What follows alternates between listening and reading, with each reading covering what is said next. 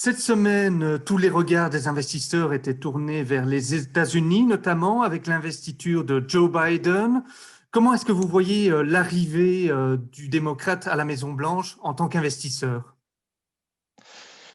Il y a deux choses qu'on observe, hein. Donc, sur le court terme, il y a le plan de relance que Joe Biden a annoncé pour combattre l'impact économique de cette crise sanitaire avec plusieurs éléments. D'abord, le chèque pour les Américains, donc de l'argent direct pour soutenir les ménages américains, mais aussi la prolongation des allocations de chômage et un budget qui est prévu pour réouvrir les écoles et renflouer le système éducatif. D'un point de vue plus structurel, plus long terme, Biden compte investir en infrastructure et dans le secteur de la santé pour la rendre plus résiliente face à cette pandémie et qui sait d'autres crises sanitaires à venir.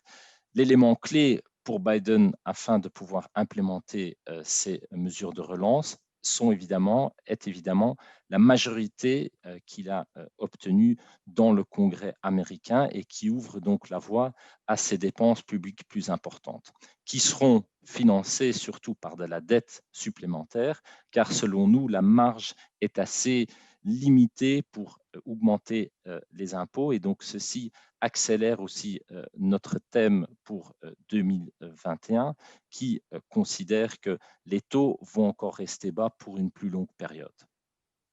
Quand on parle de Joe Biden à la Maison-Blanche, on parle aussi de l'économie verte. Il a pas mal mis en avant ce secteur. On sait notamment qu'il a signé dès son arrivée à la Maison-Blanche un décret remettant les États-Unis dans l'accord sur le climat de Paris. De ce point de vue-là, qu'est-ce qu'il pourrait apporter pour les investisseurs?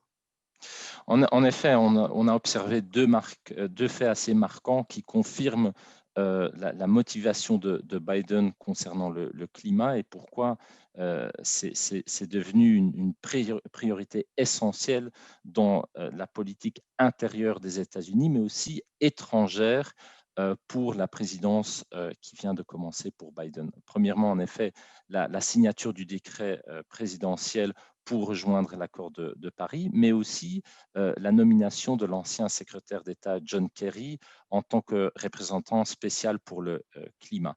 Et donc, pour les investisseurs, qu'est-ce qui va compter?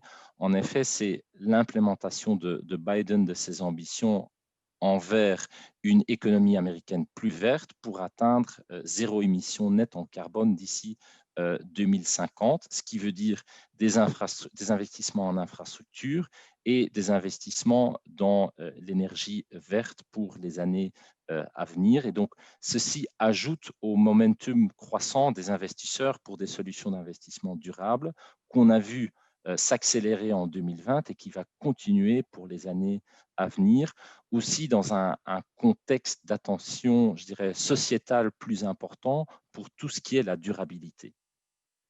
De manière générale, les actions américaines restent une zone géographique incontournable pour tout investisseur pendant 2021.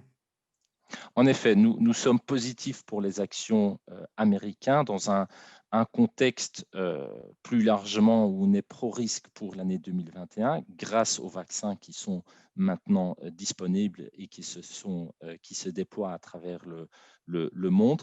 Préférence pour les États-Unis. Pourquoi? Quand on regarde d'un point de vue sectoriel, on voit que l'économie, en tout cas les marchés boursiers américains, ont une exposition plus importante à deux secteurs qu'on aime bien, c'est-à-dire le secteur de la technologie, mais aussi le secteur de la santé.